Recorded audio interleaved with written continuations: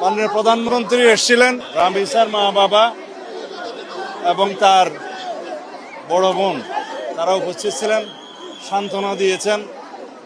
আমরা আশ্বস্ত করেছি পুলিশ ডিপার্টমেন্ট দ্রুততার সাথে আসামিকে গ্রেপ্তার করতে সক্ষম হয়েছে এবং আসামি তার স্বীকারোক্তিমূলক জবানবন্দি 164 ধারায় 164 স্টেটমেন্ট যেটা বলি সেটা করেছে। এখন চার্জশিট দেওয়ার পালা। চার্জশিট দেওয়ার আগে এখন ডিএনএ টেস্টটা করতে হবে। ডিএনএ টেস্টের জন্য আমাদের সিআইডির ল্যাবে অলরেডি আদালতের অনুমতি নিয়ে টেস্টের কাজ চলছে।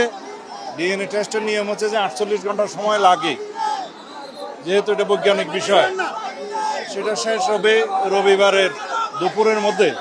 আমরা রবিবারের বিকেলের মধ্যে ইনশাআল্লাহ আদালতে চার্জশিট দাখিল করতে পারবো এবং তারপরে অত্যন্ত দ্রুততম সময়ের মধ্যে যাতে বিচার কার্য নিষ্পন্ন হয় সেজন্য আমরা চেষ্টা করব, যাতে সর্বোচ্চ শাস্তি নিশ্চিত করা যায়।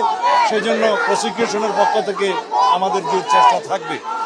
আর মাননীয় প্রধানমন্ত্রী আশ্বস্ত করেছেন রামিসার বড় বোন তার জীবনের সমস্ত পড়াশোনার খরচ এবং তার অন্যান্য আনুষঙ্গিক ব্যয় সব কিছু উনি বহন করবেন এবং রামিসার মা বাবা এবং রামিসার বড় বোনের জন্য একটা আশ্রয়স্থল, তারা নিরাপদ আশ্রয়স্থল চেয়েছেন, সেটা মাননীয় প্রধানমন্ত্রীর প্রতিশ্রুতি দিয়েছেন।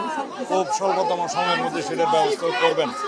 আমরা এইরকম ঘৃণ্যতম অপরাধের শিশু ধর্ষণ এবং হত্যা অথবা শুধুমাত্র শিশু ধর্ষণ যাই হোক, এই সমস্ত অপরাধের ক্ষেত্রে যাতে খুব দ্রুততার সাথে এবং সংক্ষিপ্ত সময়ে চার্জশিট দেওয়া যায় এবং বিচার কার্য সম্পন্ন করা যায়, সেই জন্য যদি আইনে আরও কিছু পরিবর্তন আনতে হয় সে বিষয়ে আইনমন্ত্রী এখানে আছে, তিনি আজকে কথা দিয়েছেন। ক্যাবিনেট মিটিংয়ে আমাদের এটা আলোচনা হয়েছে, তিনি সেই বিষয়ে আইনি সংস্কারও সাধন করবেন। যেখানে প্রয়োজনীয় সংশোধনের দরকার সেটা আমরা করব। এইভাবে আমরা দেশে এরকম ঘৃণ্যতম অপরাধের যাতে আর পুনরাবৃত্তি না হয় সেই জন্য চেষ্টা করবো ইনশাআল্লাহ। ধন্যবাদ। পরিবার চেয়েছে সুষ্ঠু ন্যায় বিচার দ্রুততম সময়ের মধ্যে, সেটা পরিবারের 1 নম্বর চাওয়া এবং সেটাই স্বাভাবিক।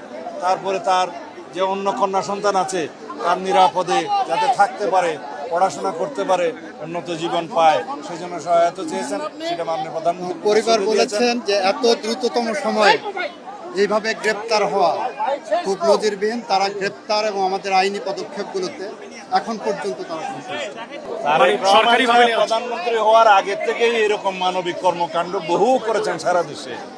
তিনি ব্যক্তিগতভাবে নিয়েছেন, আর প্রধানমন্ত্রীর তহবিল থেকে তো উনি সাহায্য দিতেই পারেন।